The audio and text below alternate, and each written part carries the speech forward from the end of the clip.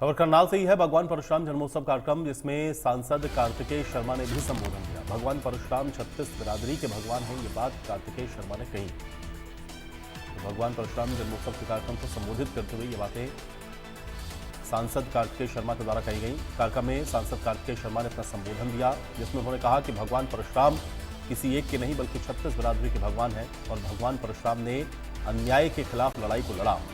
दौली की जमीन के लिए विनोद शर्मा जी ने लड़ाई लड़ी, इस बात का भी जिक्र उन्होंने अपने संबोधन में किया। तो करनाल में आज भगवान परशुराम जन्मोत्सव कार्यक्रम का आयोजन किया गया था और यहां पर मंच से संबोधित करते हुए राज्यसभा सांसद कार्तिकेय शर्मा की ओर से ये बातें कही गई, जिसमें उन्होंने बधाई दी सभी को भगवान परशुराम जन्मोत्सव की। और उसके बाद उन्होंने ये कहा कि भगवान परशुराम 36 बिरादरी के भगवान हैं।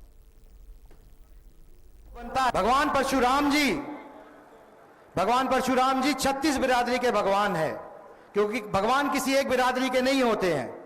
लेकिन हम भगवान परशुराम जी के वंशज हैं, तो ये हमारा दायित्व बनता है कि हम उनकी पैरोकारी करें, उनकी जो शिक्षा है, जो उनके आदर्श हैं, उनको बढ़ाने का काम करें, ताकि जो हमारी युवा पीढ़ी है, जो नौजवान पीढ़ी है, वो उनकी सीख से, शिक्षा से प्रेरणा ले सके और अपने जीवन का अनुसरण कर सके, ताकि आने वाली पीढ़ियां और आने वाले समय में, क्योंकि भगवान परशुराम जी का एक ही उपलक्ष्य था, वो सही के साथ हैं गलत के खिलाफ, हित के साथ हैं अहित के खिलाफ।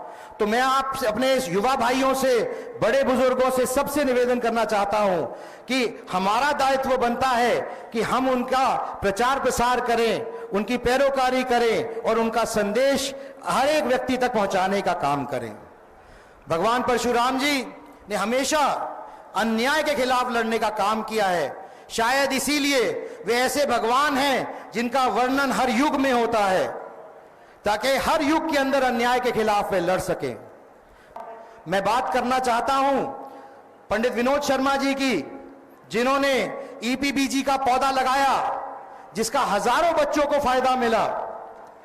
मैं बात करना चाहता हूं दौली के मालिकाना हक की, जिसका फायदा 28 जातियों को मिला। मैं बात करना चाहता हूं जो लड़ाई पंडित विनोद शर्मा जी ने लड़ी, इंटरव्यू सिस्टम की जो कुरीति थी उसको खत्म करने की, उसका सबको फायदा मिला। मैं बात करना चाहता हूं आपके सरोकार की, जो हमेशा पंडित विनोद शर्मा जी ने लड़ा है और आपके लिए लड़ने का काम किया है, गरीब आदमी के लिए लड़ने का काम किया है। मैं भी उनसे प्रेरणा लेता हूं और मैं आपको स्पष्ट करता हूं और आश्वासन दिलाता हूं, मैं भी उनके दिखाए हुए रास्ते पे जरूर चलूं।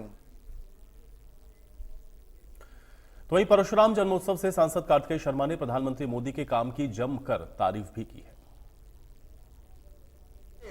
भव्य, हाल ही में मुझे भगवान राम के भव्य मंदिर का जब प्राण प्रतिष्ठा हो रही थी, तो उसमें जाने का सौभाग्य मिला, उसका न्योता मिला। वो एक अलौकिक दृश्य था। जब मैं वहां था तो मुझे याद आता था कि जब मैं छोटा बच्चा था 10 साल का, तब से मैं इसके बारे में सुन रहा था और विश्वास ही नहीं होता था कि शायद एक दिन ये दिन देखने को मिलेगा। लेकिन मैं अपनी बात संक्षिप्त में रखना चाहता हूं, मैं देश की भावना संक्षिप्त में रखना चाहता हूं। जब मैं वापस आया तो सदन के अंदर बहस हुई।